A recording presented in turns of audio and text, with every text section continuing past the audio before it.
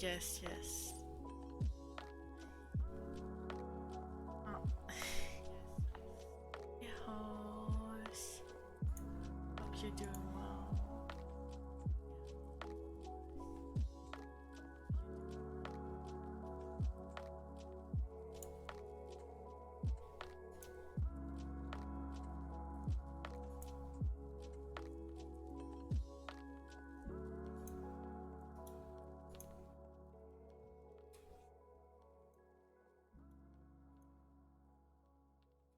Mm.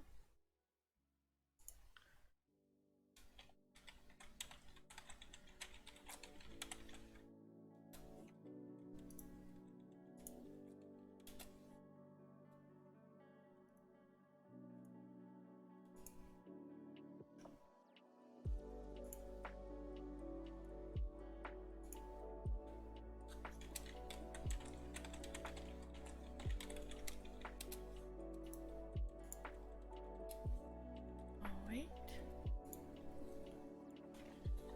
Oh. Hello, Lumi. How are you doing? I hope you're well. As usual, I have alerts turned off. Most of the redeems are turned off as well. Except for head pads, stretch, and hydrate. I will do hydrate and stretch after a chapter or when it's good. Anything. Ready for story time. That sounds nice. That sounds very nice. I hope you can enjoy it. Also, I will, before I start reading, I will actually hydrate. And I will turn off the BGM in a moment.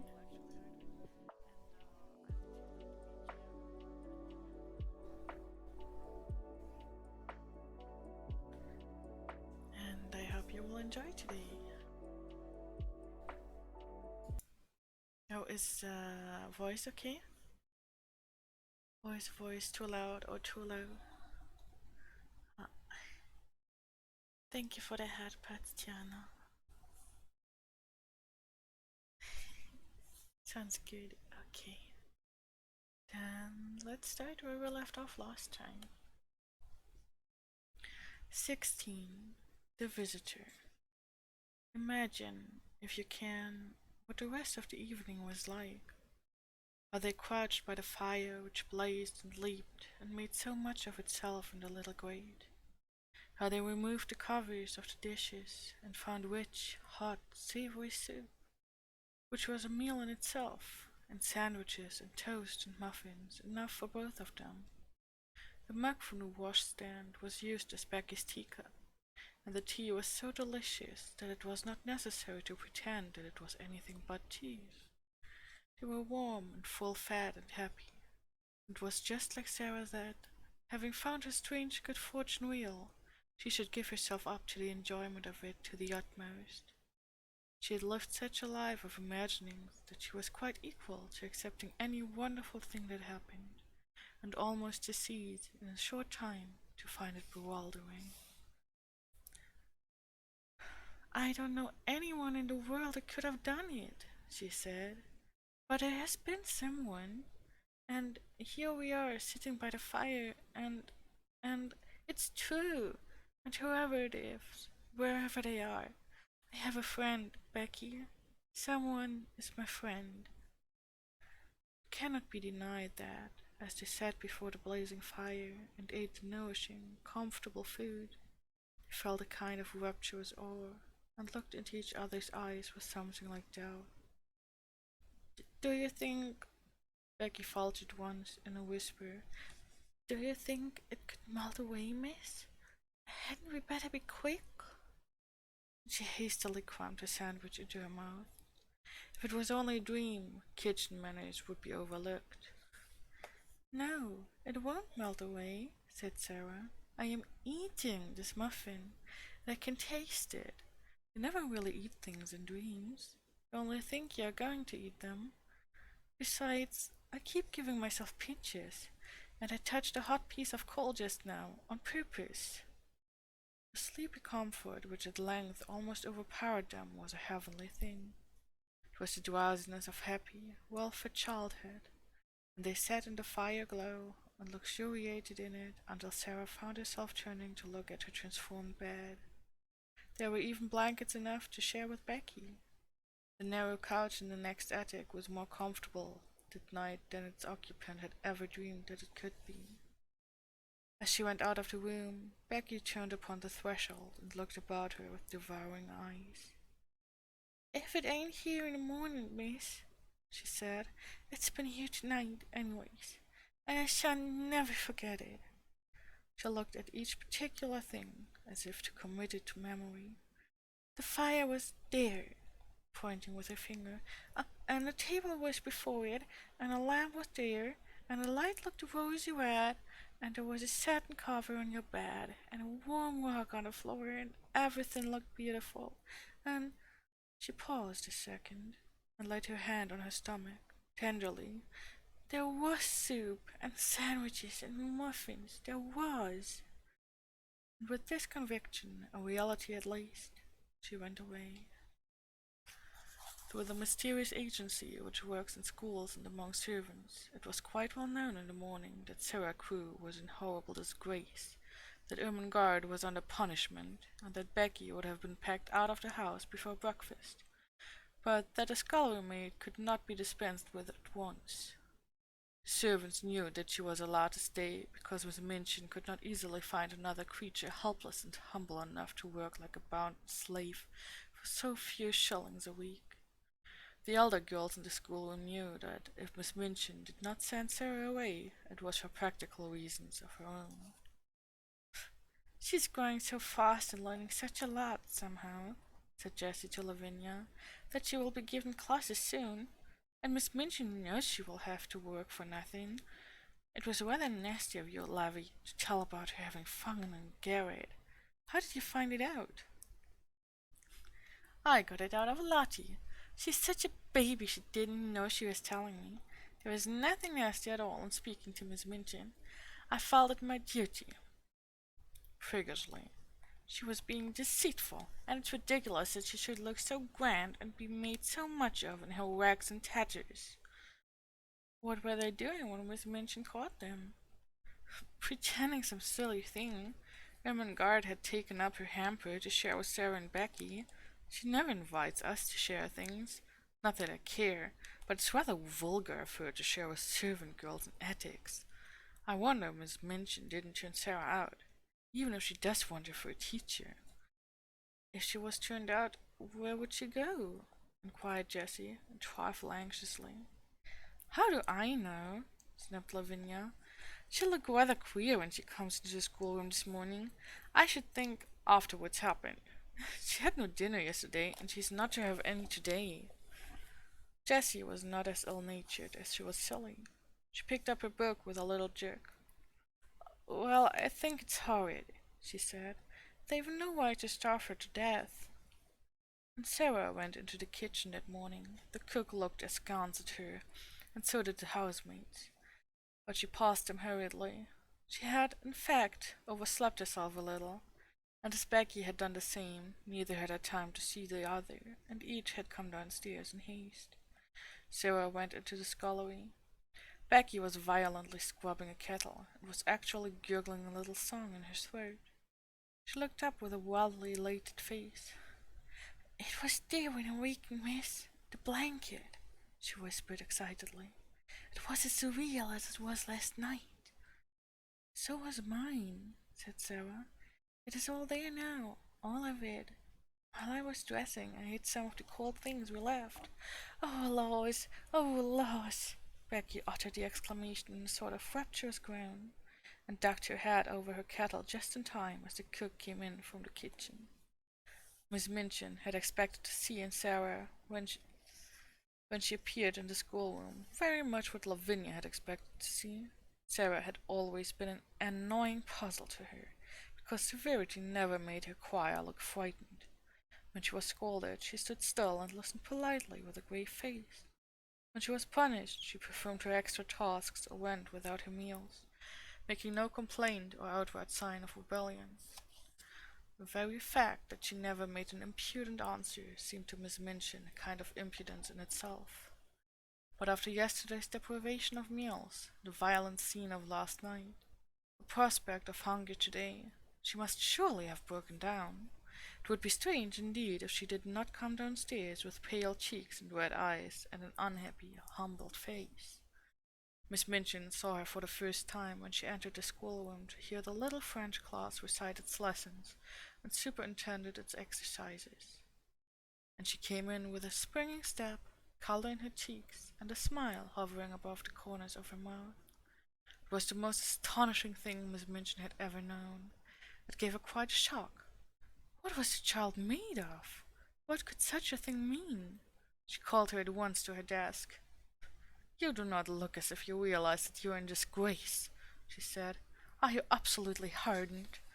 The truth is that when one is still a child, or even if one is grown up, it has been well fed, it has slept long and softly and warm. When one has gone to sleep in the midst of a fairy story, and has wakened to find it real, one cannot be unhappy or even look as if one were, and one could not, if one tried, keep a glow of joy out of one's eyes." Miss Minchin was almost struck dumb by the look of Sarah's eyes when she made a perfectly respectful answer. "I beg your pardon, Miss Minchin," she said. "I know that I am in disgrace." "Be good enough not to forget it, and look as if you had come into a fortune. It is an impertinence, and remember you are to have no food today." "Yes, Miss Minchin," Sarah answered, but as she turned away, her heart leaped with the memory of what yesterday had been.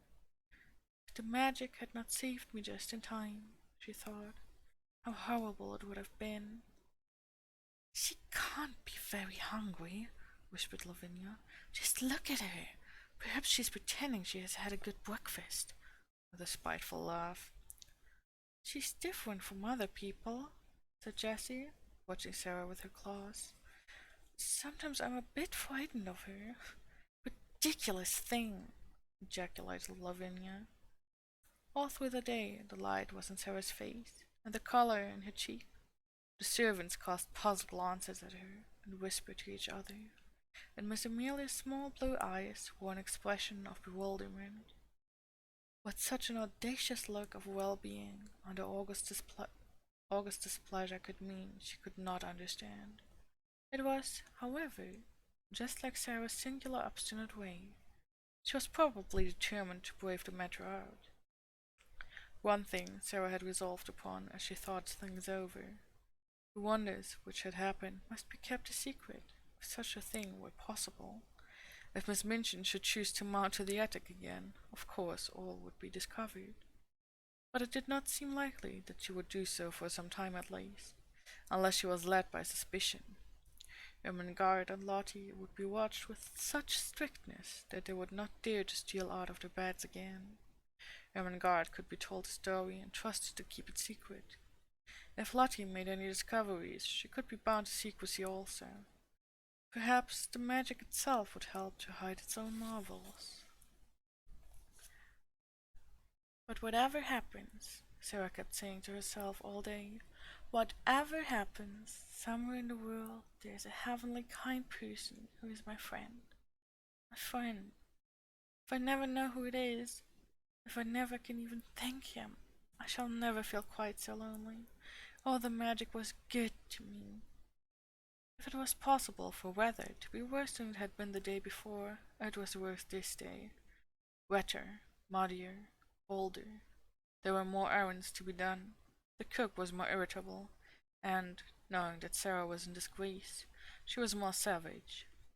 But does anything matter when one's magic has just proved itself one's friend? Sarah's supper of the night before had given her strength. She knew that she should sleep well and warmly, and even though she had naturally begun to be hungry again before evening, she felt that she could bear it until breakfast time on the following day, when her meals would surely be given to her again. It was quite late when she was at last allowed to go upstairs. She had been told to go into the schoolroom and study until 10 o'clock, and she had become interested in her work and remained over her books later. When she reached the top flight of stairs and stood before the attic door, it must be confessed that her heart beat rather fast. Of course it might all have been taken away, she whispered, trying to be brave. It might only have been lent to me for just that one awful night. But it was lent to me. I had it. It was real. She pushed the door open and went in. Once inside, she gasped slightly, shut the door, and stood with her back against it, looking from side to side. The magic had been there again. It actually had, and it had done even more than before. The fire was blazing in lovely, leaping flames, more merrily than ever.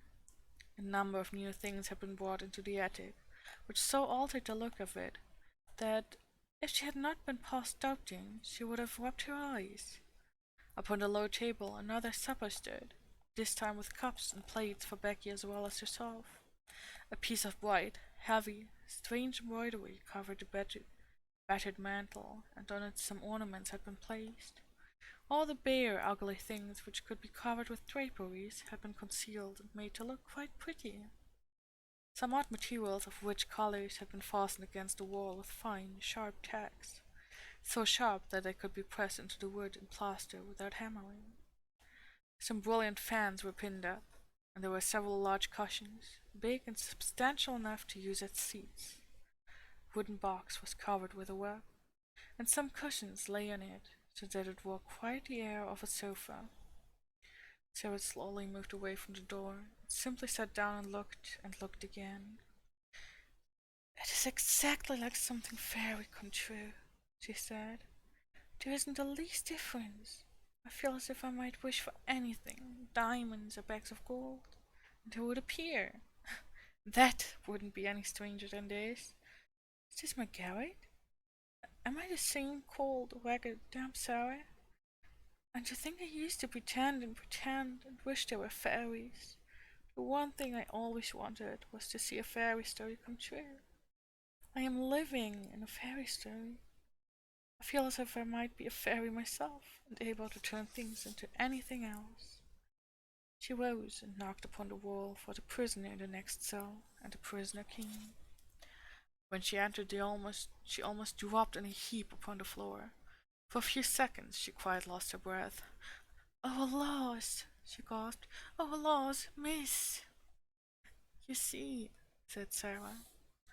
On this night Becky sat on a cushion upon the hearthrug, and had a cup and saucer of her own. When Sarah went to bed, she found that she had a new, thick mattress and big, downy pillows. The old mattress and pillow had been removed to Becky's bedstead, and, consequently, with these additions, Becky had been supplied with unheard of comfort.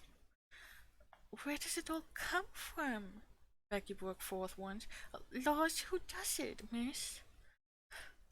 "Don't let us even ask," said Sarah. "If it were not that I want to say, 'Oh, thank you,' I would rather not know. It makes it more beautiful." From that time, life became more wonderful day by day. The fairy story continued. Almost every day something new was done. Some new comfort or ornament appeared each time Sarah opened the door at night, until in a short time the attic was a beautiful little room full of all sorts of odd and luxurious things. The ugly walls were gradually entirely covered with pictures and draperies. Ingenious pieces of folding furniture appeared. A bookshelf was hung up and filled with books. New comforts and conveniences appeared one by one, until there seemed nothing left to be desired. When Sarah went downstairs in the morning, the remains of the supper were on the table. When she returned to the attic in the evening, the magician had removed them and left another nice little meal. Miss Minchin was as harsh and insulting as ever. Miss Amelia as peevish. The servants were as vulgar and rude. Sarah was sent on errands in all weathers, and scolded and driven hither and thither. She was scarcely allowed to speak to Ermengarde and Lottie. Lavinia sneered at the increasing shabbiness of her clothes, and the other girls stared curiously at her when she appeared in the schoolroom. But what did it all matter while she was living in this wonderful, mysterious story? It was more romantic and delightful than anything she had ever invented to comfort her starved young soul and save herself from despair. Sometimes, when she was scolded, she could scarcely keep from smiling. "If only you knew," she was saying to herself. If only you knew. The comfort and happiness she enjoyed were making her stronger, and she had them always to look forward to. If she came home from her errands, wet and tired and hungry, she knew she would soon be warm and well fed after she had climbed the stairs. During the hardest day, she could occupy herself blissfully by thinking of what she should see when she opened the attic door, and wondering what new delight had been prepared for her. In a very short time, she began to look less thin. Color came into her cheeks, and her eyes did not seem so much too big for her face. Sarah Crewe looks wonderfully well, Miss Minchin remarked disapprovingly to her sister. Yes, answered poor, silly Miss Amelia. She's absolutely fattening. She was beginning to look like a little starved cow. Starved! Exclaimed Miss Minchin angrily. There was no reason why she should look starved. She always had plenty to eat.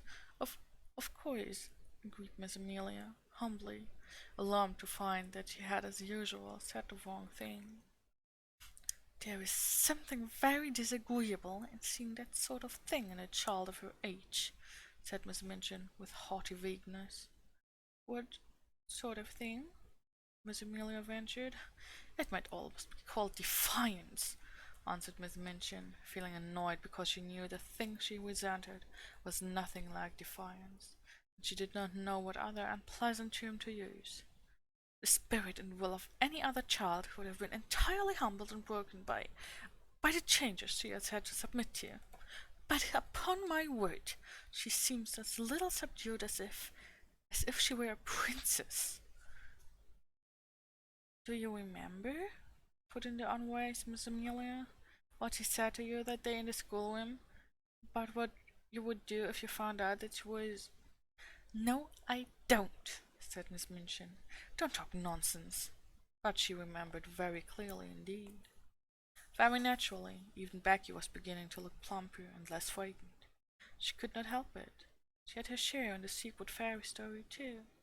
She had 2 mattresses, 2 pillows, plenty of bed covering, and every night a hot supper and a seat on the cushions by the fire. The Bastille had melted away. The prisoners no longer existed. 2 comforted children sat in the midst of delights. Sometimes Sarah read aloud from her books. Sometimes she learned her own lessons. Sometimes she sat and looked into the fire and tried to imagine who her friend could be, and wished she could say to him some of the things in her heart. Then it came about that another wonderful thing happened. A man came to the door and left several parcels. All were addressed in large letters, to the little girl in the right-hand attic. Sarah herself was sent to open the door and take them in. She laid the 2 largest parcels on the hall table, and was looking at the address when Miss Minchin came down the stairs and saw her. Take the things to the young lady to whom they belong, she said severely. Don't stand there staring at them. They belong to me, answered Sarah, quietly. To you? Exclaimed Miss Minchin. What do you mean? I don't know where they come from, said Sarah, but they're addressed to me. I sleep in the right-hand attic. Becky has the other one. Miss Minchin came to her side and looked at the parcels with an excited expression. What is in them? She demanded. I don't know, replied Sarah. Open them, she ordered. Sarah did as she was told. When the packages were unfolded, Miss Minchin's countenance wore suddenly a singular expression. What she saw was pretty and comfortable clothing of different kinds, shoes, stockings and gloves, and a warm and beautiful coat. There were even a nice hat and an umbrella. They were all good and expensive things, and on the pocket of the coat was pinned a paper on which were written these words: To be worn every day, will be replaced by others when necessary. Miss Minchin was quite agitated. This was an incident which suggested strange things to her sordid mind. Could it be that she had made a mistake, after all, and that the neglected child had some powerful, though eccentric friend in the background, perhaps some previously unknown relation, who had suddenly traced her whereabouts and chose to provide for her in this mysterious and fantastic way. Relations were sometimes very odd, particularly rich old bachelor uncles who did not care for having children near them. A man of that sort might prefer to overlook his young relation's welfare at a distance. Such a person, however, would be sure to be crotchety and hot-tempered enough to be easily offended. It would not be very pleasant if there were such a one, and you should learn all the truth about the thin, shabby clothes, the scant food, the hard work. She felt very queer indeed, and uncertain, and she gave a side glance at Sarah. "Well," she said, in a voice such as she had never used since the little girl lost her father, "someone is very kind to you, and the things have been sent, and you are to have new ones when they are worn out. You may as well go and put them on and look respectable. After you're dressed, you may come downstairs and learn your lessons in the schoolroom. You need not go out on any more errands today." About half an hour afterward, when the schoolroom door opened and Sarah walked in, the entire seminary was struck dumb. "My word!" ejaculated Jessie, jerking Lavinia's elbow. "Look at the Princess Sarah!" Everybody was looking, and when Lavinia looked, she turned quite red. It was the Princess Sarah indeed. At least, since the days when she had been a princess, Sarah had never looked as she did now. She did not seem the Sarah they had seen come down the back stairs a few hours ago. She was dressed in the kind of frock Lavinia had been used to envying her the possession of. It was deep and warm in color, and beautifully made. Her slender feet looked as they had done when Jessie had admired them, and the hair, whose heavy locks had made her look rather like a Shetland pony when it fell loose about her small, odd face, was tied back with a ribbon. "Perhaps someone has left her a fortune," Jessie whispered. "I always thought something would have happened to her. She's so queer." "Perhaps the diamond mines have suddenly appeared again," said Lavinia, scathingly. "Don't please her by staring at her in that way, you silly thing." "Sarah," broke in Miss Minchin's deep voice, "come and sit here." And while the whole schoolroom stirred and pushed with elbows, and scarcely made any effort to conceal its excited curiosity, Sarah went to her old seat of honor and bent her head over her books. That night, when she went to her room, after she and Becky had eaten their supper, she sat and looked at the fire seriously for a long time. "Are you making something up in your head, miss?" Becky inquired with respectful softness, and Sarah sat in silence and looked into the coals with dreaming eyes. It generally meant that she was making a new story, but this time she was not. She shook her head. "No," she answered. "I am wondering what I ought to do." Becky stared, still respectfully. She was filled with something approaching reverence for everything. Sarah did and said, "I can't help thinking about my friend," Sarah explained. "If he wants to keep himself a secret, it would be rude to try and find out who he is. But I do so want him to know how thankful I am to him, and how happy he has made me. Anyone who is kind wants to know when people have been made happy. They care for that more than for being thanked. I do wish."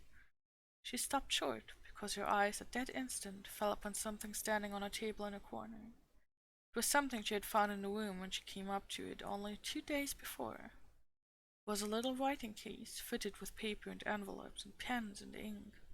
"Oh!" she exclaimed. "Why did I not think of that before?"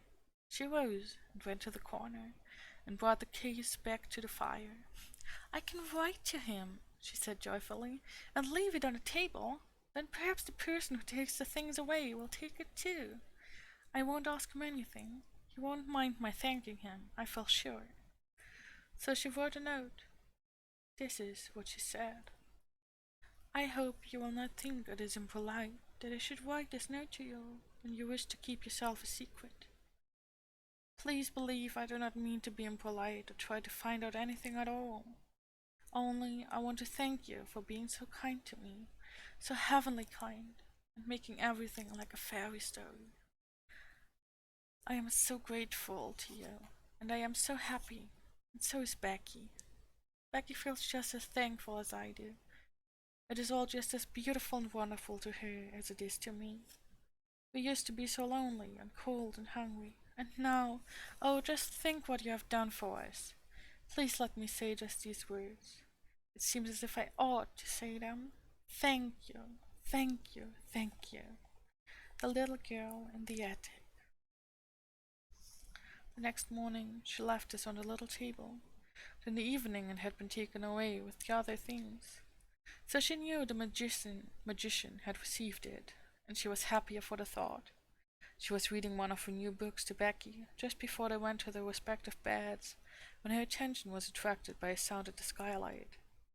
When she looked up from her page, she saw that Becky had heard the sound also. As she had turned her head to look and was listening rather nervously. "Something's there, miss," she whispered.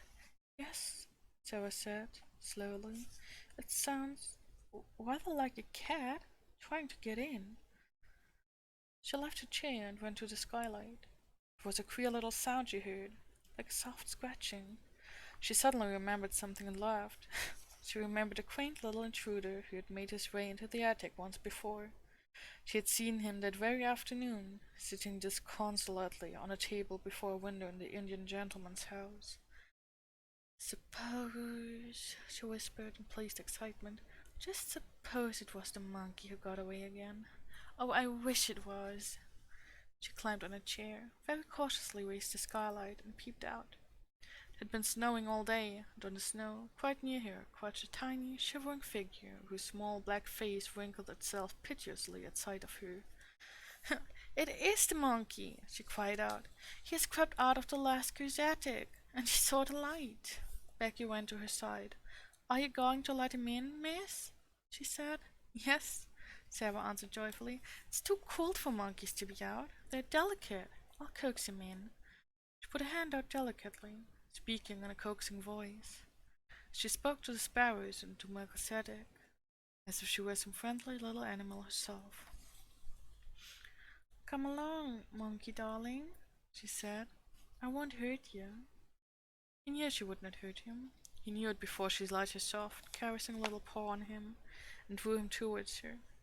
He had felt human love in the slim brown hands of Ram Dass, and he felt it in hers. He let her lift him through the skylight, and when he found himself in her arms, he cuddled up to her breast and looked up into her face. Nice monkey," she crooned, kissing his funny head. "Oh, I do love little animal things." He was evidently glad to get to the fire, and when she sat down and held him on her knee, he looked from her to Becky with a mingled interest and appreciation. "He is plain-looking, miss, ain't he?" said Becky. "He looks like a very ugly baby," laughed Sarah. "I beg your pardon, monkey, but I'm glad you're not a baby. Your mother couldn't be proud of you, and no one would dare to say you looked like any of your relations. Oh, I do like you." She leaned back in her chair and reflected. "Perhaps he's so used to ugly," she said, "and it's always on his mind. I wonder if he has a mind. Monkey, my love, have you a mind?" But the monkey only put up a tiny paw and scratched his head. "What shall you do with him?" Becky asked. "I shall let him sleep with me tonight, and then take him back to the Indian gentleman tomorrow. I'm sorry to take you back, monkey, but you must go. You ought to be fondest of your own family, and I'm not a real relation." And when she went to bed, she made him a nest at her feet, and he curled up and slept there as if he were a baby, much pleased with his quarters. Uh, hey Shana, hey Taru, give me a moment to hydrate, okay?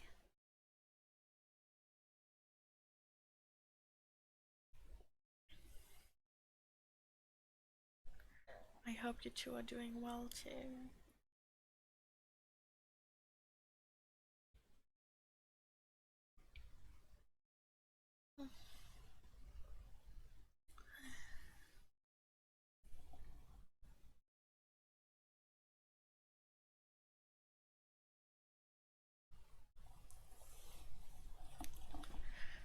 Things are getting rather interesting.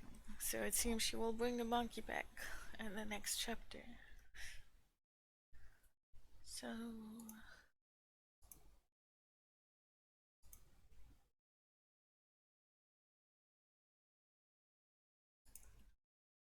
how about we keep going, huh?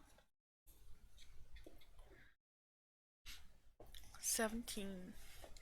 It is the child. The next afternoon, three members of the large family sat in the Indian gentleman's library, doing their best to cheer him up. They had been allowed to come in to perform this office, because he had specially invited them.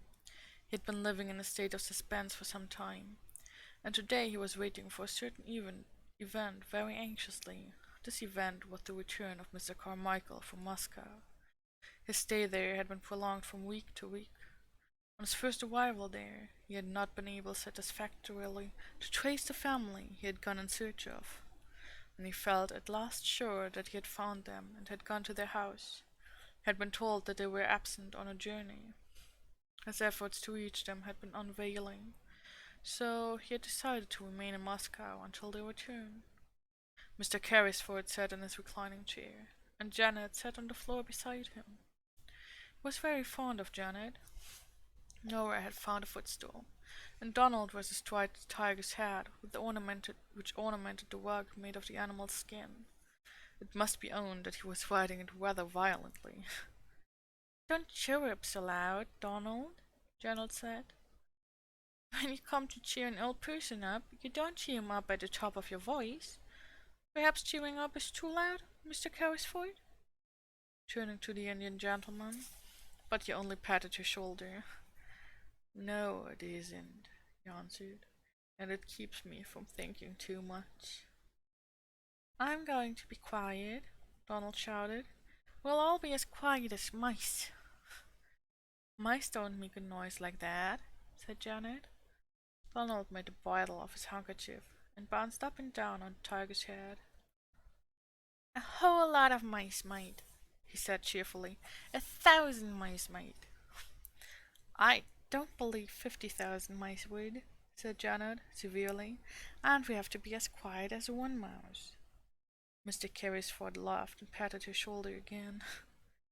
"Papa won't be very long now," she said. "May we talk about the lost little girl?" "I don't think I could talk much about anything else just now," the Indian gentleman answered, knitting his forehead with a tired look. "We like you so much," said Noah. "We call her the little unfairy princess." "Why?" the Indian gentleman inquired. Because the fancies of the large family always made him forget things a little. It was Janet who answered. "It is because, though she is not exactly a fairy, she will be so rich when she is found that she will be like a princess in a fairy tale. We called her the fairy princess at first, but it didn't quite suit." "Is it true," said Nora, "that her papa gave all his money to a friend to put in a mine that had diamonds in it, and then the friend thought he had lost it all and ran away because he felt as if he was a robber?" "But he wasn't really, you know," put in Janet, hastily. The Indian gentleman took hold of her hand quickly. "No, he wasn't really," he said. "I am sorry for the friend," Janet said. "I can't help it. He didn't mean to do it, and it would break his heart. I'm sure it would break his heart." "You are an understanding little woman, Janet," the Indian gentleman said, and she held her hand close. "Did you tell Mr. Carrisford," Donald shouted again, "about the little girl who isn't a beggar? Did you tell him she has new nice clothes? Perhaps she's been found by somebody when she was lost." "There's a cab!" exclaimed Janet. "It's stopping before the door. It is Papa." They all ran to the windows to look out. "Yes, it's Papa," Donald proclaimed, "but there is no little girl." All three of them incontinently fled from the room and tumbled into the hall. It was in this way they always welcomed their father. They were to be heard jumping up and down, clapping their hands, and being caught up and kissed. Mr. Carrisford made an effort to rise and sank back again. "It is no use," he said. What a wreck I am. Mr. Carmichael's voice approached the door. No, children, you're saying. You may come in after I have talked to Mr. Carrisford. Go and play with Ramdas. Then the door opened, and he came in. He looked rosier than ever, and brought an atmosphere of freshness and health with him. But his eyes were disappointed and anxious as they met the invalid's look of eager question, even as they grasped each other's hands. What news? Mr. Carrisford asked. The child the Russian people adopted. She is not the child we are looking for, was Mr. Carmichael's answer. She is much younger than Captain Crew's little girl. Her name is Emily Carrier. I have seen and talked to her. The Russians were able to give me every detail. How worried and miserable the Indian gentleman looked. His hand dropped from Mr. Carmichael's. Then the search has to be begun over again, he said. That is all. Please sit down. Mr. Carmichael took a seat. Somehow he had gradually grown fond of this unhappy man. He was himself so well and happy, so surrounded by cheerfulness and love, that desolation and broken health seemed pitifully unbearable things. If there had been the sound of just one gay little high-pitched voice in the house, it would have been so much less forlorn, and that a man should be compelled to carry about in his breast the thought that he had seemed to wrong a deserted child was not a thing one could face. Come, come, he said in his cheery voice. We'll find her yet. We must begin at once. No time must be lost. Mr. Carrisford fretted. Have you any new suggestion to make? Any whatsoever? Mr. Carmichael felt rather restless, and he rose and began to pace the room with a thoughtful, though uncertain face. Well, perhaps, he said, I don't know what it may be worth. The fact is, an idea occurred to me as I was thinking the thing over in the train on the journey from Dover. What was it? If she's alive, she's somewhere. Yes, she is somewhere. We have researched the schools in Paris. Let us give up Paris and begin in London. That was my idea, to search London. There were schools enough in London, said Mr. Carrisford. Then he slightly started, roused by a recollection. By the way, there is one next door. Then we will begin there. We cannot begin nearer than next door. No, said Carrisford. There is a child there who interests me, but she is not a pupil. She is a little dark, fallen creature, as unlike poor Crewe as a child could be. Perhaps the magic was at work again at that very moment. Beautiful magic. Really seemed as if it might be so. What was it that brought Ramdas into the room, even as his master spoke, salaaming respectfully, but with a scarcely concealed touch of excitement in his dark, flashing eyes? Sahib, he said, the child herself has come. The child that Sahib felt pity for. She brings back the monkey who had run away again to her attic under the roof. I have asked that she remain. It was my thought that it would please the Sahib to see and speak with her. Who is she? Inquired Mr. Carmichael. God knows, Mr. Carrisford answered. She is the child I spoke of, a little drudge at the school. He waved his hand to Ramdas and addressed him. Yes, I should like to see her. Go and bring her in. Then he turned to Mr. Carmichael. While you have been away, he explained, I have been desperate. The days were so dark and long. Ramdas told me of this child's miseries, and together we invented a romantic plan to help her. I suppose it was a childish thing to do, but it gave me something to plan and think of. Without the help of an agile, soft-footed Oriental like Ramdas, however, could not have been done. Then Sarah came into the room. She carried the monkey in her arms. She evidently did not intend to part from her, if it could be helped. He was clinging to her and chattering, and the interesting excitement of finding herself in the Indian gentleman's room had brought a flush to Sarah's cheeks. Your monkey ran away again, she said in her pretty voice. He came to my garret window last night, and I took him in because it was so cold. I would have brought him back if it had not been so late. I knew you were ill and might not like to be disturbed. The Indian gentleman's hollow eyes dwelt on her with curious interest. That was very thoughtful of you, he said. Sarah looked toward Ramdas, who stood near the door. Shall I give him to the Lascar? She asked. How do you know he is a Lascar? Said the Indian gentleman, smiling a little. Oh, I know Lascars, Sarah said, handing over the reluctant monkey. I was born in India.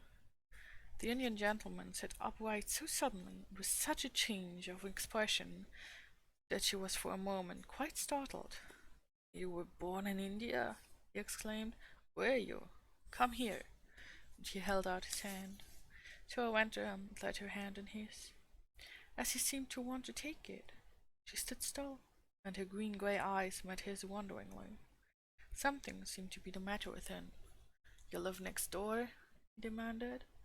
Yes, I live at Mid-Mansion Seminary. But you're not one of her pupils? A strange little smile hovered about Sarah's mouth. She hesitated a moment. I don't think I know exactly what I am, she replied. Oh, why not? At first I was a pupil, and a parlor boarder, but now... You were a pupil. What are you now? The queer little sad smile was on Sarah's lips again. I sleep in the attic, next to the scullery maid, she said. I run errands for the cook. I do anything she tells me, and I teach the little ones their lessons. Question her, Carmichael, said Mr. Carrisford, sinking back as if he had lost his strength. Question her. I cannot. The big, kind father of the large family knew how to question little girls. Sarah realized how much practice he had when he spoke to her in his nice, encouraging voice. What do you mean by at first, my child? He inquired. When I was first taken there, by my papa. Where is your papa? He died, said Sarah, very quietly. He lost all his money. There was none left for me. There was no one to take care of me or to pay Miss Minchin. Carmichael, the Indian gentleman cried out loudly. Carmichael! We must not frighten her, Mr. Carmichael said aside to him in a quick, low voice. He added aloud to Sarah. So, you were sent up into the attic and made into a little drudge. That was about it, wasn't it? There was no one to take care of me, said Sarah. There was no money. I belonged to nobody. But how did your father lose his money? The Indian gentleman broke in breathlessly.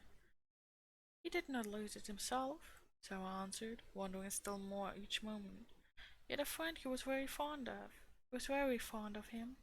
It was his friend who took his money. He trusted his friend too much. The Indian gentleman's breath came more quickly. The friend might have meant to do no harm, he said. It might have happened through a mistake. Sarah did not know how unrelenting a quiet young voice sounded as she answered. If she had known, she would surely have tried to soften it for the Indian gentleman's sake. The suffering was just as bad for my papa, she said. It killed him. What was your father's name? The Indian gentleman said. Tell me.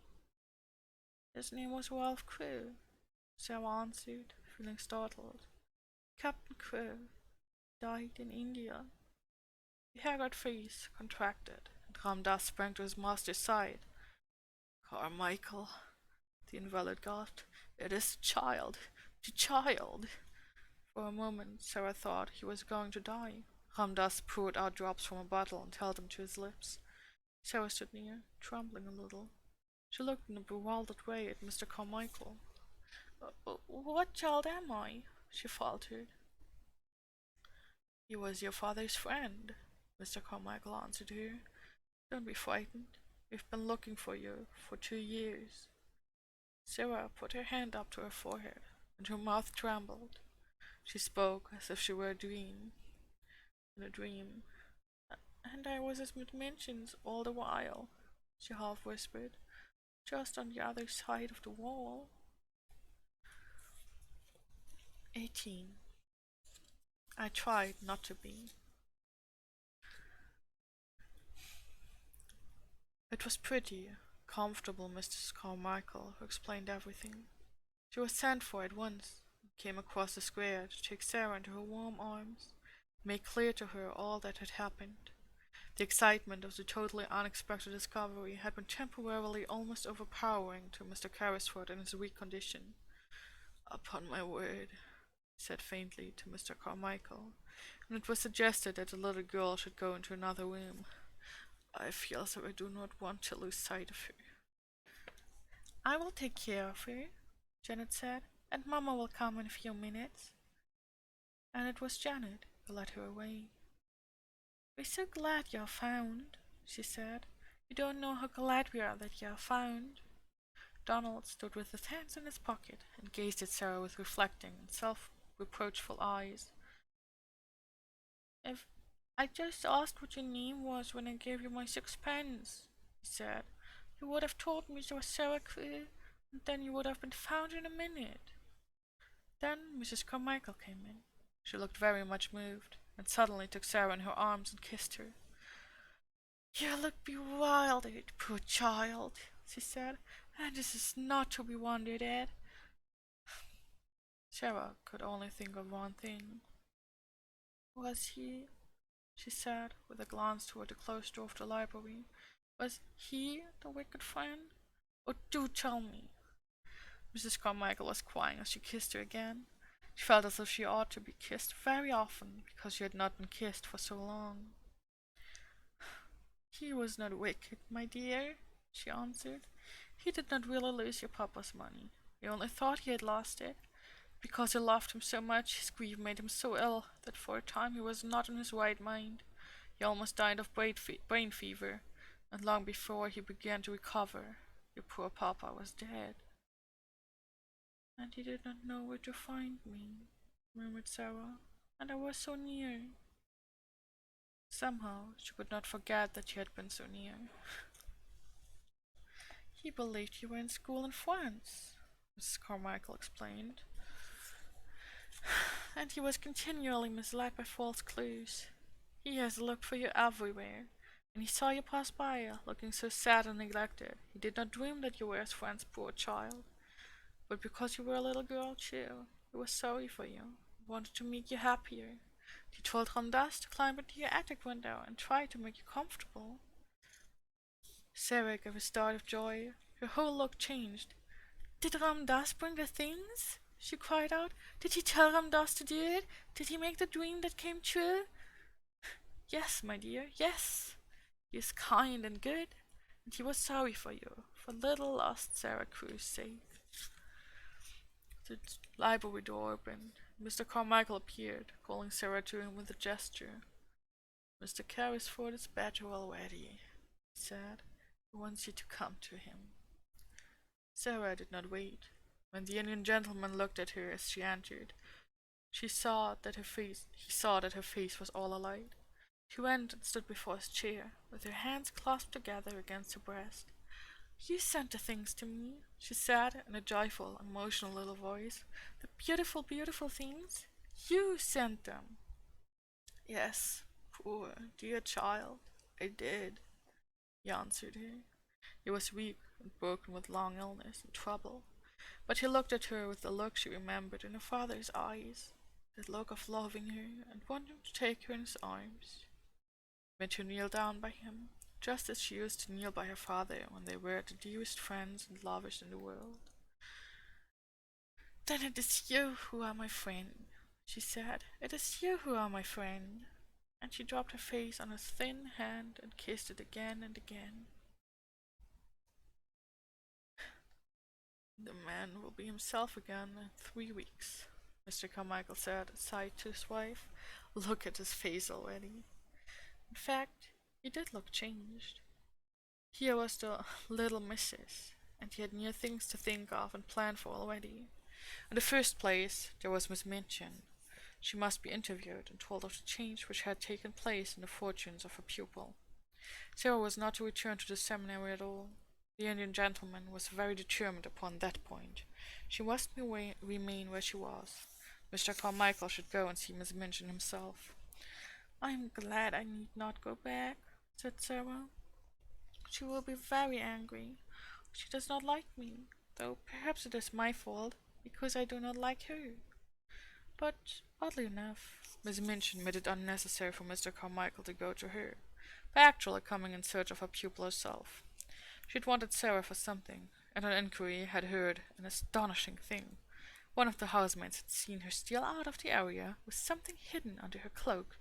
They had also seen her go up the steps of the next door and enter the house. "What does she mean?"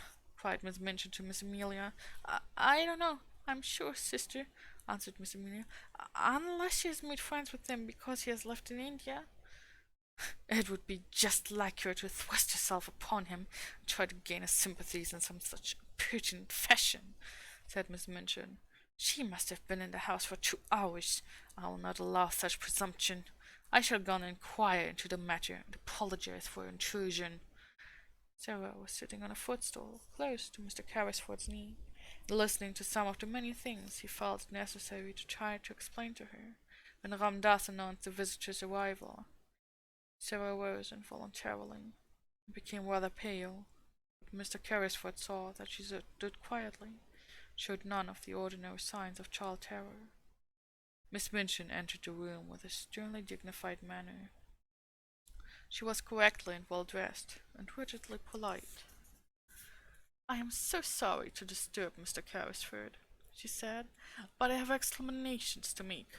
I am Miss Minchin, the proprietress of the young ladies' seminary next door." The Indian gentleman looked at her for a moment in silent scrutiny. He was a man who had naturally a rather hot temper. He did not wish it to get too much the better of him. "So, you are Miss Minchin?" he said. "I am, sir." "In that case," the Indian gentleman replied, "you have arrived at the right time. My solicitor, Mr. Carmichael, was just on the point of going to see you." Mr. Carmichael bowed slightly, and Miss Minchin looked from him to Mr. Carrisford in amazement. "Your solicitor?" she said. "I do not understand. I have come here as a matter of duty. I have just discovered that you have been intruded upon through the forwardness of one of my pupils, a charity pupil. I came to explain that she intruded without my knowledge." She turned upon Sarah. "Go home at once," she commanded indignantly. "You shall be severely punished. Go home at once." The Indian gentleman drew Sarah to his side and patted her hand. "She is not going." Miss Minchin felt rather as if she must be losing her senses. "Not going?" she repeated. "No," said Mr. Carrisford. "She is not going home. If you give your house that name, her home for the future will be with me."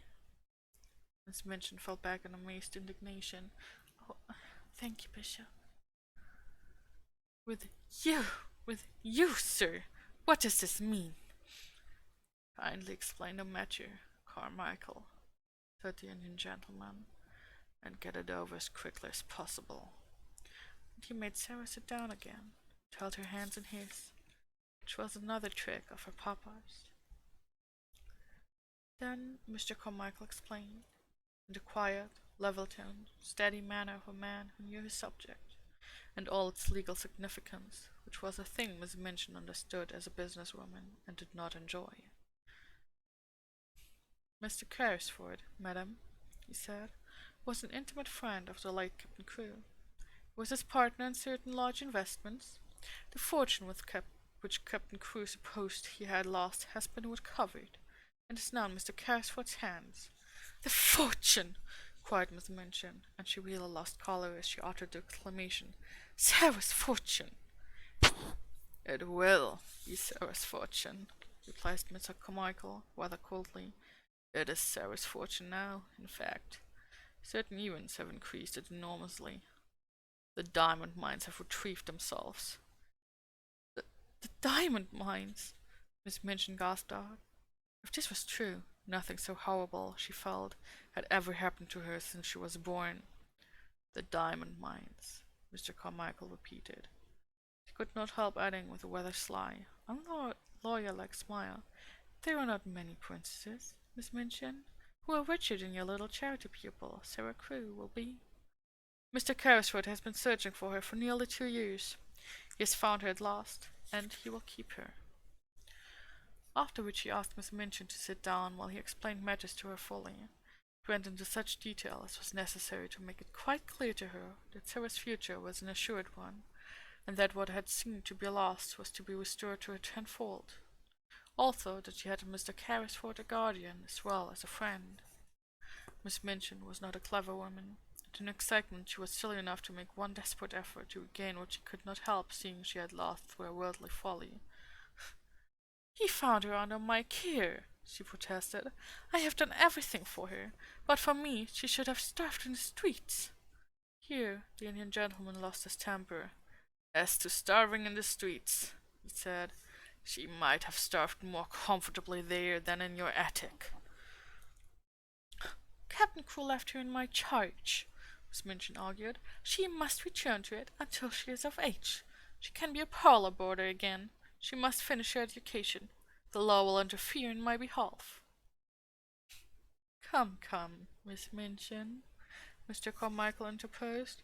"The law will do nothing of the sort. Sarah herself wishes to return to you. I dare say Mr. Carrisford might not refuse to allow it, but that rests with Sarah." "And then," said Miss Minchin, "I appeal to Sarah. I have not spoiled you, perhaps," she said awkwardly to the little girl, "but you know that your papa was pleased with your progress, and I have always been fond of you." Sarah's green-grey eyes fixed themselves on her with a quiet, clear look Miss Minchin particularly disliked. "Have you, Miss Minchin?" she said. "I did not know that." Miss Minchin reddened and drew herself up. "You ought to have known it," she said. "But children, unfortunately, never know what is best for them. Amelia and I always said you were the cleverest child in the school. Will you not do your duty to your poor papa and come home with me?" Sarah took a step toward her and stood still. She was thinking of the day when she had been told that she belonged to nobody, was in danger of being turned into the street.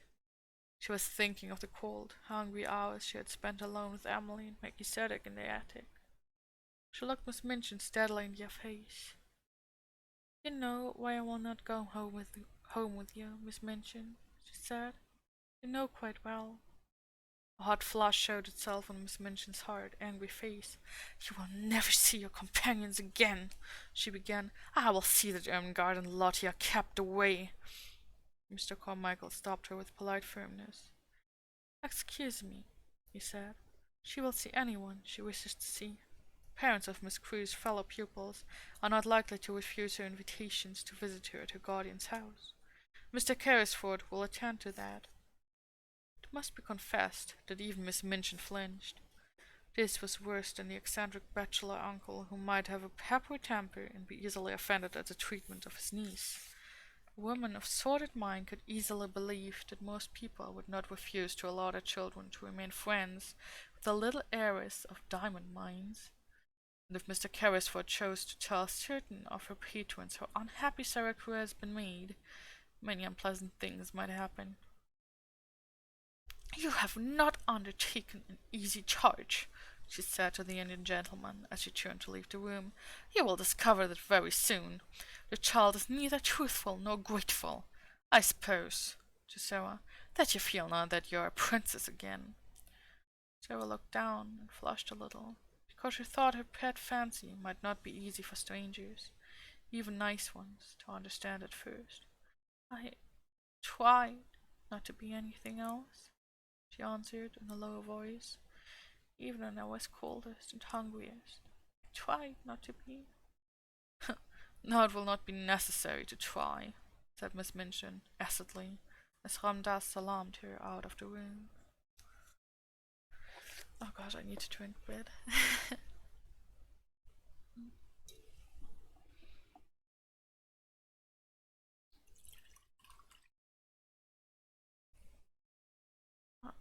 Thank you for my iPads, Bishop.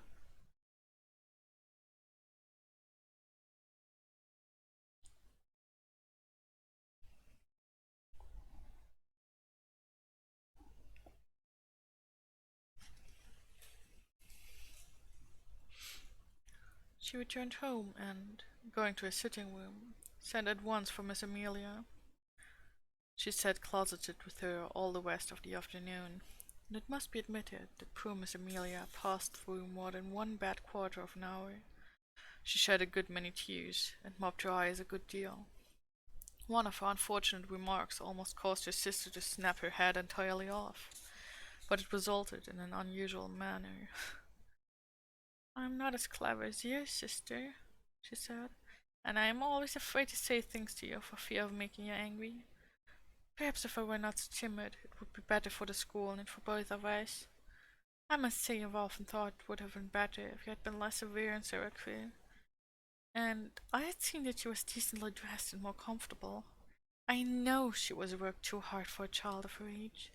I know she was only half fed." "How dare you say such a thing!" exclaimed Miss Minchin. "I don't know how I dare," Miss Amelia answered, with a kind of reckless courage. "But now I've begun, I may as well finish, whatever happens to me.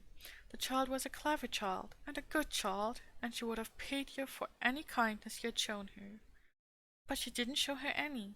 The fact was, she was too clever for you, and you always disliked her for that reason.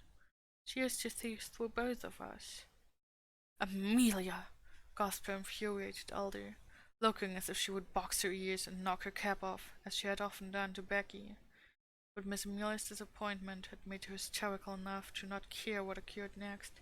She did, she cried. "She saw through both of us.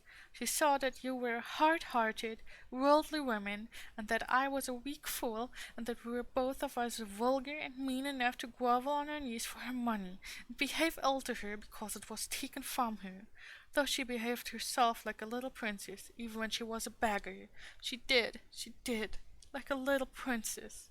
Her hysterics got the better of the poor woman, and she began to laugh and cry both at once, to rock herself backward and forward. "And now you've lost her," she cried wildly, "and some other school will get her, and your money, and if she were like any other child, she'd tell us how she's been treated, and all our pupils would be taken away, and we should be ruined. And it serves us right, but it serves you right more than it does me, for you're a hard woman, Maria Minchin. You're a hard, selfish, worldly woman." And she was in danger of making so much noise with her hysterical chokes and gurgles that her sister was obliged to go to her and apply salts and sal volatile to quiet her, instead of pouring forth her indignation at her audacity. And from that time forward, it may be mentioned, the elder Miss Minchin actually began to stand a little in awe of a sister who, while she looked so foolish, was evidently not quite so foolish as she looked, and might, consequently, break out and speak truths people did not want to hear. That evening, when the pupils were gathered together before the fire in the schoolroom, as was their custom before going to bed, Ermengarde came in with a letter in her hand, and a queer expression on her round face. It was queer because, while it was an expression of delighted excitement, it was combined with such amazement as seemed to belong to a kind of shock just received.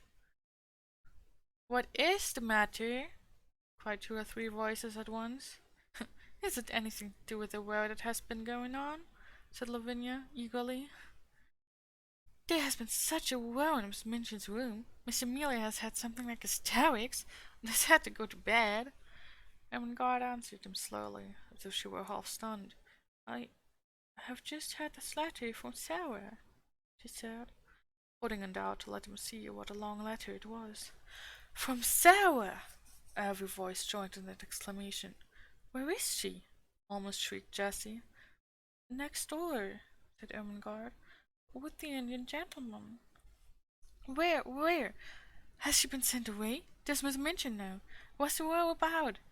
Why did she write? Tell us! There was a perfect babel, and Lottie began to cry plaintively. Ermengarde answered him slowly, as if she were half plunged out into what, at the moment, seemed the most important and self-explaining thing. "There were diamond mines," she said stoutly. "There were." Open mouths and open eyes confronted her. "They were real," she hurried on. "It was all a mistake about them. Something happened for a time, and Mr. Carrisford thought they were ruined." It was Mr. Carrisford, shouted Jessie. The Indian gentleman. Captain Crewe thought so too, and he died. And Mr. Carrisford had brain fever and ran away, and he almost died.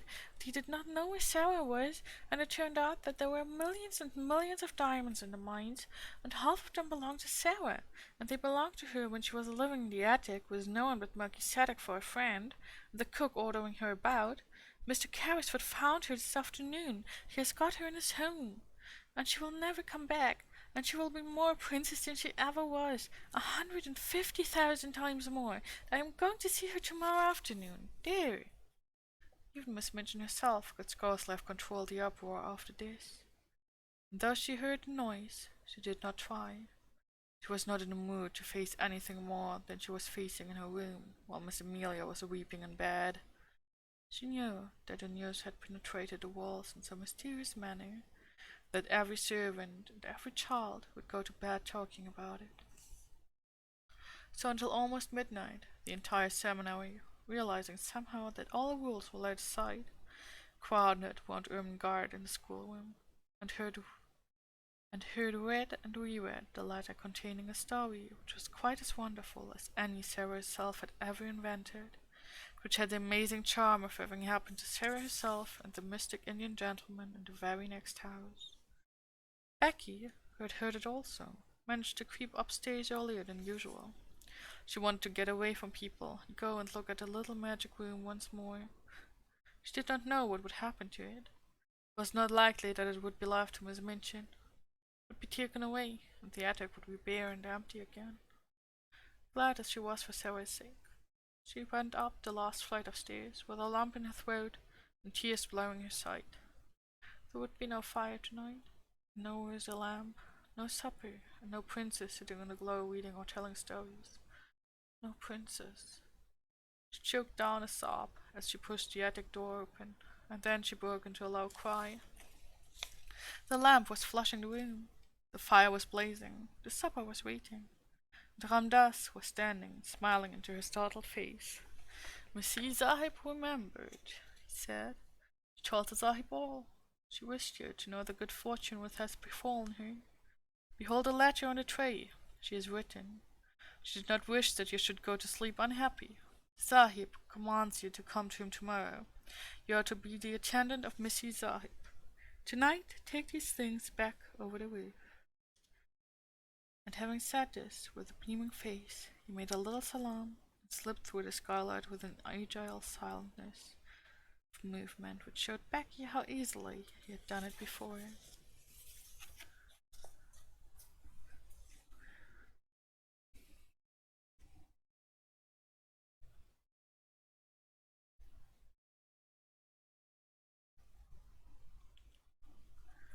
"19. Anne. Never had such joy reigned in the nursery of the large family. Never had they dreamed of such delights as resulted from an intimate acquaintance with the little girl who was not a beggar. The mere fact of her sufferings and adventures made her a priceless possession. Everybody wanted to be told over and over again the things which had happened to her. When one was sitting by a warm fire in a big, glowing room, it was quite delightful to hear how cold it could be in an attic. It must be admitted that the attic was rather delighted in, and that its coldness and bareness quite sank into significance when Melchizedek was remembered. One heard about the sparrows and things one could see if one climbed on the table and stuck one's head and shoulders out of the skylight. Of course, the thing loved best was the story of the banquet and the dream which was true. Sarah told it for the first time the day after she had been found. Several members of the large family came to take tea with her, and as they sat or curled up on the hearthrug, she told the story in her own way, and the Indian gentleman listened and watched her. When she had finished, she looked up at him and put her hand on his knee. "That is my part," she said. "Now, won't you tell your part of it, Uncle Tom?" He had asked her to call him always Uncle Tom. "I don't know your part yet, and it must be beautiful." So he told them how, when he sat alone, ill and dull and irritable, Ram Dass had tried to distract him by describing the passers-by, and there was one child who passed oftener than anyone else. He had begun to be interested in her, partly perhaps because he was thinking a great deal of a little girl, and partly because Ramdas had been able to relate the incident of his visit to the attic and chase of the monkey. He had described its cheerless look and the bearing of the child. It seemed as if she was not of the class of those who were treated as drudges and servants. Bit by bit, Ramdas had made discoveries concerning the wretchedness of her life. He had found out how easy a matter it was to climb across the few yards of roof to the skylight. This fact had been the beginning of all that followed. Sorry. Sahib, he had said one day, I could cross the slates and make the child a fire when she's out on some errand. When she returned wet and cold to find it blazing, she would think a magician had done it. The idea had been so fanciful that Mr. Carrisford's sad face had lighted with a smile, and Ramdas had been so filled with rapture that he had enlarged upon it and explained to his master how simple it would be to accomplish numbers of other things. He had shown a childlike pleasure in invention. The preparations for the carrying out of the plan had filled many a day with interest, which would otherwise have dragged wearily. On the night of the frustrated banquet, Ramdas had kept watch, all his packages being in readiness in the attic, which was his own, and the person who was to help him had waited with him, as interested as himself in the odd adventure. Ramdas had been lying flat upon the slates, looking in at the skylight when the banquet had come to its disastrous conclusion. He had been sure of the profoundness of Sarah's wearied sleep, and then, with a dark lantern, he had crept into the room while his companion remained outside, handed the things to him. When Sarah had stirred ever so faintly, Ramdas had closed the lantern's light and lain flat upon the floor. These and many other exciting things the children found out by asking 1,000 questions. I am so glad, Sarah said. I am so glad it was you who were my friend. There never were such friends as these two became. Somehow they seemed to suit each other in a wonderful way. The Indian gentleman had never had a companion he liked quite as much as he liked Sarah. In a month's time he was, as Mr. Carmichael had prophesied he would be, a new man. He was always amused and interested. He began to find an actual pleasure in the possession of the wealth he had imagined that he loathed the burden of. There were so many charming things to plan for Sarah. There was a little joke between them that he was a magician, and it was one of his pleasures to invent things to surprise her. She found beautiful new flowers growing in her room, whimsical little gifts tucked under pillows. And once, as they sat together in the evening, they heard the scratch of a heavy paw on the door, and when Sarah went to find out what it was, there stood a great dog, a splendid Russian boarhound, with a grand silver and gold collar bearing an inscription. I am Boris, it read. I served Princess Sarah. There was nothing the Indian gentleman loved more than the recollection of the little princess in rags and tatters. The afternoons in which the large family of Ermengarde and Lottie gathered to rejoice together were very delightful. But the hours when Sarah and the Indian gentleman sat alone and read or talked had a special charm of their own. During their passing, many interesting things occurred. One evening, Mr. Carrisford, looking up from his book, noticed that his companion had not stirred for some time, but sat gazing into the fire. What are you supposing, Sarah? He asked. Sarah looked up, with a bright color on her cheek. I was supposing, she said. I was remembering that hungry day, with the child I saw. But there were a great many hungry days, said the Indian gentleman, with rather a sad tone in his voice. Which hungry day was it? I forgot you didn't know, said Sarah. It was the day the dream came true. Then she told him the story of the bun shop, and the 4 pence she picked up out of the sloppy mud, the child who was hungrier than herself. She told it quite simply, and in as few words as possible, but somehow the Indian gentleman found it necessary to shade his eyes with his hand and look down at the carpet. And I was supposing a kind of plan, she said, when she had finished.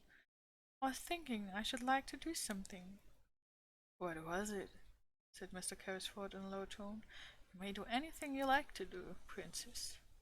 I was wondering, rather hesitated Sarah. You know, you say I have so much money. I was wondering if I could go to see the bondwoman and tell her that if, when hungry children, particularly on those dreadful days, come and sit on the steps or look in at the window, she would just call them in and give them something to eat. She might send the bills to me. Could I do that? You shall do it tomorrow morning, said the Indian gentleman. Thank you, said Sarah. You see, I know what it is to be hungry, and it is very hard when one cannot even pretend it away. Yes, yes, my dear, said the Indian gentleman. Yes, yes, it must be. Try to forget it. Come, sit on this footstool near my knee, and only remember you are a princess. Yes, said Sarah, smiling, and I can give buns and bread to the populace. And she went and sat on the stool, and the Indian gentleman, he used to like her to call him that too sometimes, drew a small dark head down on his knee and stroked her hair. The next morning Miss Minchin, in looking out of her window, saw the thing she had perhaps least enjoyed seeing.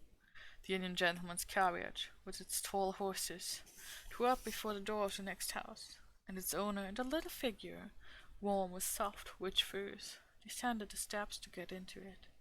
The little figure was a familiar one, and reminded Miss Minchin of days in the past. It was followed by another as familiar, the sight of which she found very irritating. It was Becky, who, in the character of delighted attendant, always accompanied her young mistress to her carriage, carrying wraps and belongings. Already Becky had a pink, round face. A little later, the carriage drew up before the door of the baker's shop, and its occupants got out, oddly enough, just as the bun-woman was putting a tray of smoking hot buns into the window. When Sarah entered the shop, the woman turned and looked at her, and, leaving the buns, came and stood behind the counter. For a moment she looked at Sarah very hard indeed, and then her good-natured face lighted up. "I'm sure that I remember you, miss," she said, "and yet—" "Yes," said Sarah. "Once you gave me 6 buns for 4 pence, and—" "And you gave 5 of them to a beggar child," the woman broke in on her. "I've always remembered it. I couldn't make it out at first." She turned round to the Indian gentleman and spoke her next words to him. "I beg your pardon, sir, but there's not many young people that notices a hungry face in that way, and I've thought of it many a time.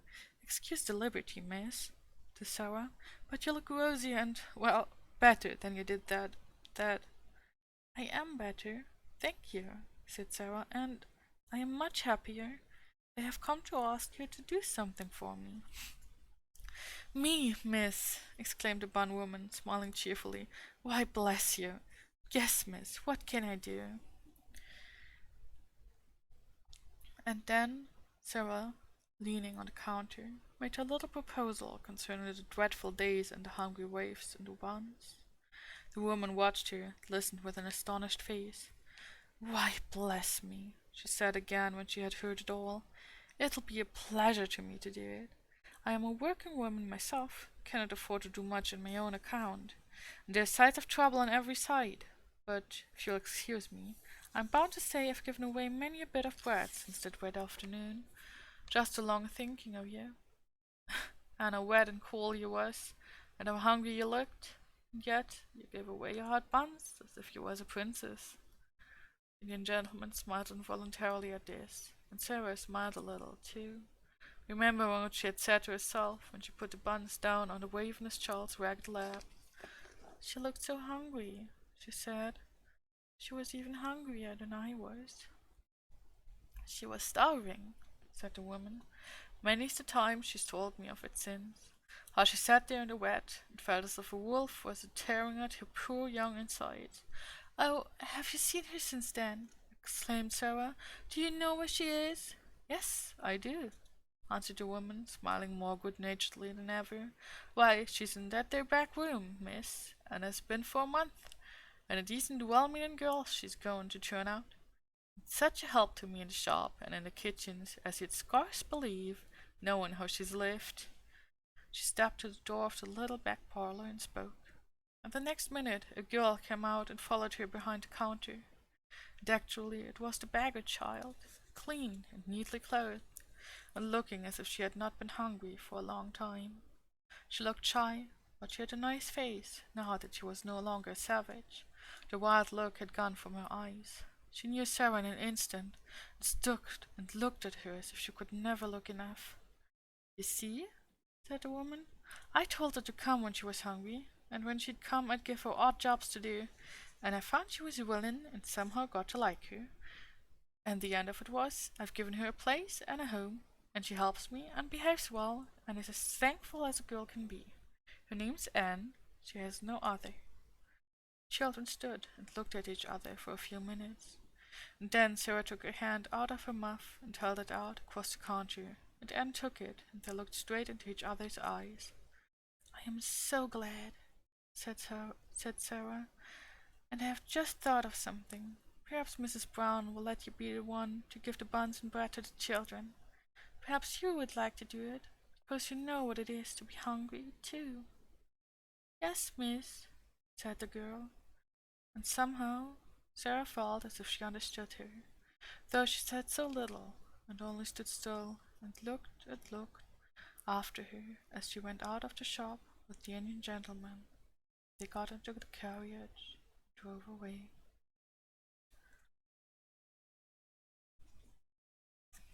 And that's the end. Oh, oh my god. Thank you, Sticky, for the read. I didn't notice at all. Oh, thank you very much. And thanks everyone else who stopped by too.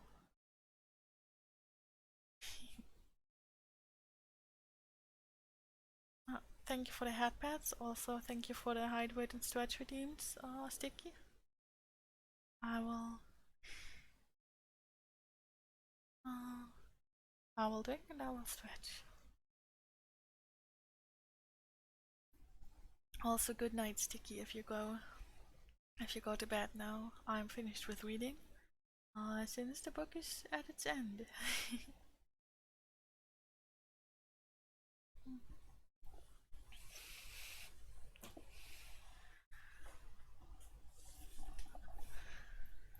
Oh, hi, Tsuki.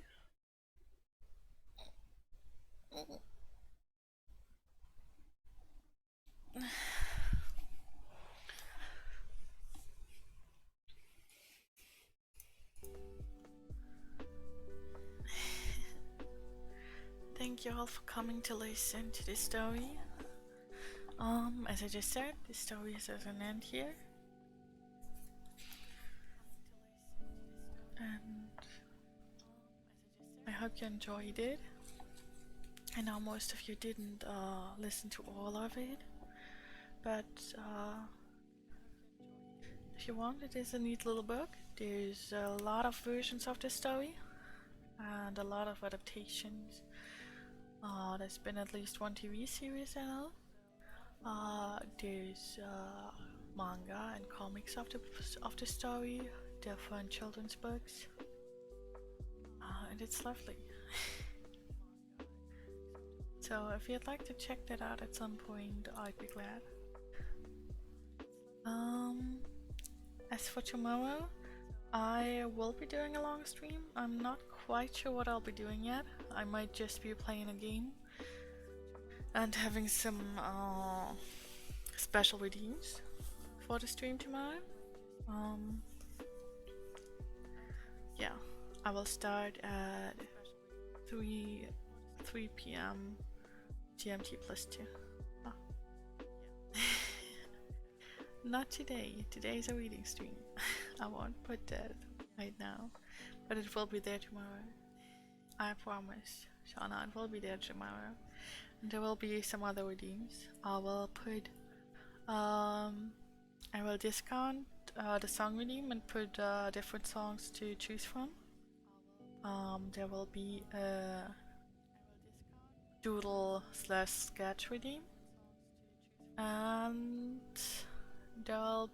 the reading redeem will be cheaper, and you will be able to choose from either EA Pro or folk stories. And maybe something else, I don't know yet. I hope I will see some of you tomorrow, since it will be a long stream. You can just pop in whenever. And we'll probably also play some games together, I hope. And for today, I hope everyone who's going to sleep will have a good night. Everyone who's just waking up or in the middle of the day has a good day. And as per usual, we will wait milling, because that's what we do. I can afford, okay. Figure out how many A's. Please behave. Make sure to stay healthy, stay hydrated, stretch your bed, eat your veggies, and take care. Bye bye. See you next time.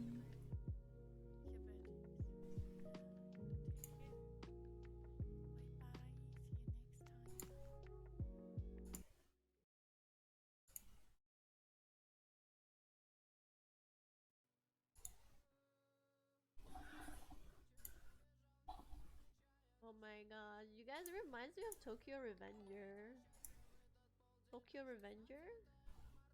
Sasasachi!